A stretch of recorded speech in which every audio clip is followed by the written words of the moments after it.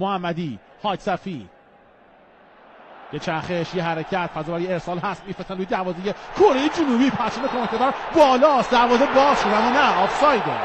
پرچم کمکدار بالاست و آفساید گرفته شد.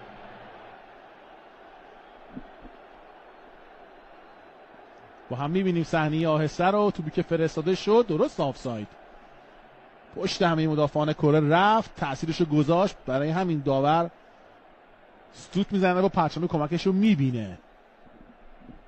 کیسون یونگ شماره 16 شون، کاپیتان که در موردش صحبت کردیم. یه حرکت تو گیری عالی از بچهای تیم ملی ما. حاج صفی همین رو تو جلو میبره، سردار جا خالی میکنه، یه پاس برای سردار، میتونست تک به تک بشه. از این طرف اضافه میشه جهانبخش، دو در مقابل 5 هستن. جهانبخش با پای چپ ضربه محکم جهانبخش و توپی که برخورد کرد مدافعان کره و کرنر برای ایران به دست اومد. ضربه زده بشه، حاج صفی میفرسته، بولانی داره، خطرناک موقعیت برای ایران. گژاگه جا خالی میکنه، پرتاب برای اشکان، رو بقم رضاییان، کار عالی برای ایران. موقعیت هست، خود جهانبخش داخل محوطه جریمه، ضربه بچهای تیم ایران و توپی که گرفت کیم سئونگجیو.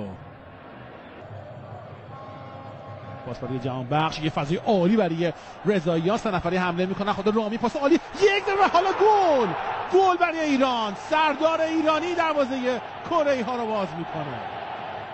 عالی بود حرکت بچهای ایران و سردار دروازه کره رو باز کرد. ایران 1، کره جنوبی 0. حرکت عالی بود و خیلی قشنگ پاس داد عزت‌اللهی. بعد جهانبخش همینطوری جلو رفتیم، در نهایت سردار آزمون دروازه کره رو باز کرد. با هم می‌بینیم رضاییان عالی فرستاد و خیلی خوب تموم کرد سردار.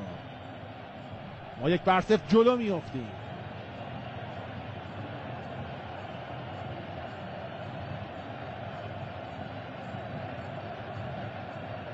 پرتاب بلند، حاج صفی داخل محوطه جریمه، یک ضربه یه سر خطرناک.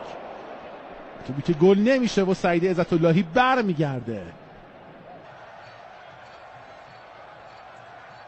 خود دژاگه پشت توپ برای ضربه کرنر میفرسته روی تیر 2.